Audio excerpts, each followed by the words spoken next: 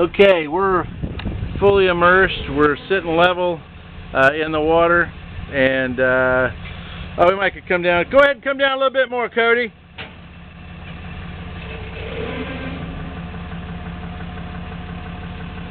As you can see, yeah, we're definitely okay. Good. We're definitely floating. You can see against the bow stop, we're floating. You do see a little water in here. The water actually came. I remember being told that and I'm not accusing anybody of anything. I remember being told that the only hole in the bottom was for the prop shaft, but the rudder hole has also been drilled. We just didn't look for it. We filled the prop shaft hole, put a plug in that, which you can see in this photo right here, and you can see that we're leaking a little bit around our plug, just that little tiny bit that's up in the prop shaft hole. But boy, we had a geyser coming out of the rudder port hole back here. Now it is kind of interesting, and what we've sealed that up with is a piece of plastic, and from over here off one of the garbage cans, we ripped the band off the plastic garbage bag and put it around one of our Woody's Restorations key floaties and shoved it up in that hole. Now, what's interesting there to me, a couple of things that are interesting actually as I look this over. This cross member back here is fairly typical for your rudder port to be installed in, but your rudder port, obviously, we're only getting half a hole back here. So I've got an issue back here. Luckily, I have two other U-22s to look back at pictures at. One of them being the famous Roman Coppolas, and I've got pictures back here from where he and Charlie Sheen busted that up when they ran aground. So I can see what I got to do about the rudder port back here. The other thing that's missing is cross members. There should be a cross member similar to this one. There should be a cross member right here tying where the strut, which the strut is hold to prop shaft, tying where the strut ties into the engine stringers. So and ties the keel, the strut, and the stringers, that being one and this being the other one. It should tie all of that together.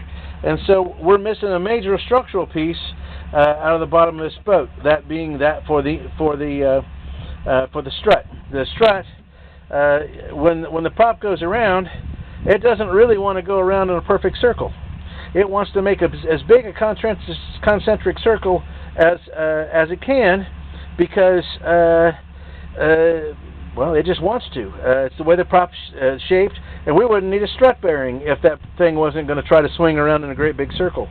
So what happens is, without a cross member here, that keel will twist, and it will twist back and forth, if you will. Looking at my hand this way, it's going to twist back and forth ever so slightly, and it's going to break the seal. We just did a boat that didn't have any structural member back here, and that's what happened, and it shook the bottom off the boat. Broke all of the fasteners and the wood at where the wood joined the keel. So we got a little work we got to do back there. So you see that the water that had become entrapped back here when we discovered the geyser where the rudder port was, that water has moved to the lowest point in the boat. You see there's no pools along here.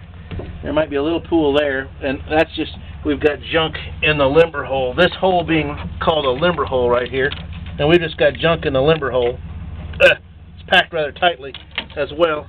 But if we can knock the junk out of the limber hole, we'll see that water moves, and that's going out.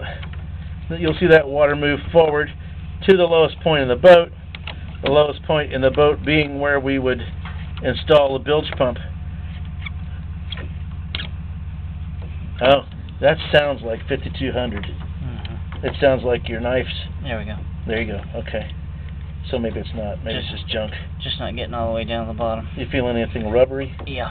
Okay, so it's got 5200 in there. Yeah. And so, but at any rate, so this, we did not detect any water coming from any place, but there, you can see that we're dry along the chines.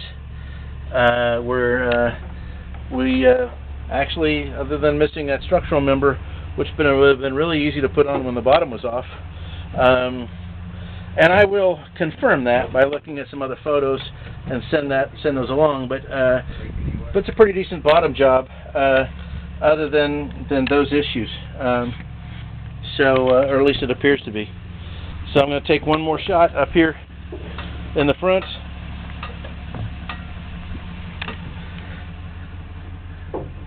And, yep, I still don't see any issues up here. We're good to go with the rest of the scope of the project.